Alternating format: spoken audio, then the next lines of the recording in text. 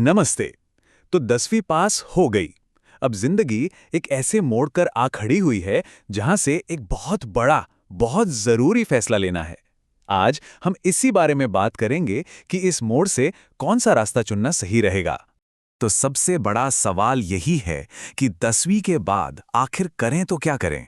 ये एक ऐसा सवाल है जो हर स्टूडेंट और उनके पेरेंट्स के दिमाग में घूमता रहता है। देखिए, करियर का सही चुनाव ही आगे की जिंदगी की दिशा तय करता है, इसलिए फैसला बहुत सोच समझ कर लेना ही समझदारी है। तो आइए देखते हैं कि हमारे पास क्या क्या रास्ते हैं। देखिए, ये फैसला बड़ा ज़रूर है, पर घबराने वाली बात नहीं है। इसे थोड़ा आसान बनाने के लिए हमने इस पूरी चीज़ को 4 मेन रास्तों में तोड़कर देखा है। इससे क्या होगा कि पूरी तस्वीर एकदम साफ हो जाएगी और अपने लिए सही ऑप्शन चुनना ज़्यादा आसान लगेगा। तो चलिए एक-एक करके इन रास्तों को समझते हैं। तो चलिए शुरू करते हैं पहले रास्ते से, और ये शायद सबसे पॉपुलर रास्ता है, विज्ञान मतलब कि साइंस स्ट्रीम। देखते हैं कि ये रास्ता कहाँ ले जा सकता है। तो साइंस स्ट्रीम किसके लिए है? भाई, अगर मैथ और साइंस जैसे सब्जेक्ट्स में मज़ा आता है और आगे चलकर डॉक्टर, इंजीनियर या साइंटिस्ट बनने का सपना है, तो ये स्ट्रीम बिल्कुल सही है। हाँ, इसके लिए नीट और जेईई जैसे मुश्किल एग्जाम्स की तैयारी करनी पड़ती है। अच्छा, साइंस से आगे बढ़े तो हमारा दूसरा रास्ता हमें ले जाता है बिजनेस, फाइनेंस और इकोनॉमी की दुनिया में। जी हाँ, हम बात कर रहे हैं कॉमर्स स्ट्रीम की। तो कॉमर्स किन लोगों के लिए बेस्ट है? जिनके लिए नंबर्स सिर्फ नंबर नहीं बल्कि एक कहानी कहते हैं, जिन्हें इकोनॉमी में इंटरेस्ट है। अगर सीए बनना है, अपना कोई बिजनेस खड़ा करना है या फिर बैंकिंग सेक्टर में जाना है, तो ये एक जबरदस्त ऑप्शन है। और हाँ, ज्यादातर लोग कॉमर्स के बाद एमबीए करते हैं ताकि किसी बड़ी कंपनी में अच्छी जॉब मिल सके। अब आता है हमारा तीसरा रास्ता, आर्ट्स, या जिसे हम ह्यूमैनिटीज भी कहते हैं। और ये मत समझिए कि इसमें मौके कम हैं। अरे, अगर किसी को क्रिएटिविटी पसंद है, समाज को समझने में दिलचस्पी है, तो ये फील्ड तो मौकों का खजाना है। मतलब अगर हिस्ट्री, ज्योग्राफी, लिटरेचर ये सारे सब्जेक्ट्स अच्छे लगते हैं तो आर्ट स्ट्रीम से कई बड़े दरवाजे खुलते हैं।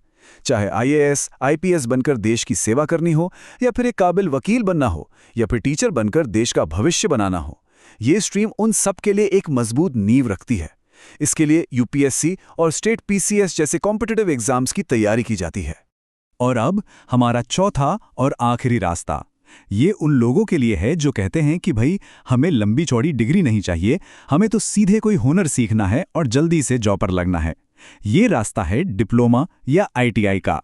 तो अगर गोल एकदम क्लियर है, जल्दी से जल्दी नौकरी चाहिए, तो डिप्लोमा या आईटीआई एक बहुत ही सीधा और असरदार रास्ता है।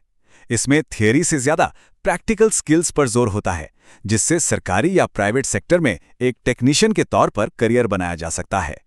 तो हमने चारों रास्तों को एक एक करके समझ लिया, लेकिन अब चलिए इन सबको एक साथ रखकर देखते हैं ताकि पूरी पिक्चर एकदम साफ हो जाए। तो ये रही पूरी समरी एक ही जगह पर। देखिए, सिंपल है। साइंस उनके लिए जिन्हें मैथ और साइंस से प्यार है। कॉमर्स उनके लिए जो नंबर्स और इकोनॉमी की दुनिया में जाना चाहते हैं। आर्ट्स अगर हिस्ट्री, लिटरेचर जैसे सब्जेक्ट्स में मन लगता है। और डिप्लोमा या आईटीआई उनके लिए जिन्हें टेक्निकल स्किल सीखकर फटाफट जॉब चाहिए। मुझे लगता है इस टेबल से सही रास्ता चुनने में काफी मदद मिल सकती है।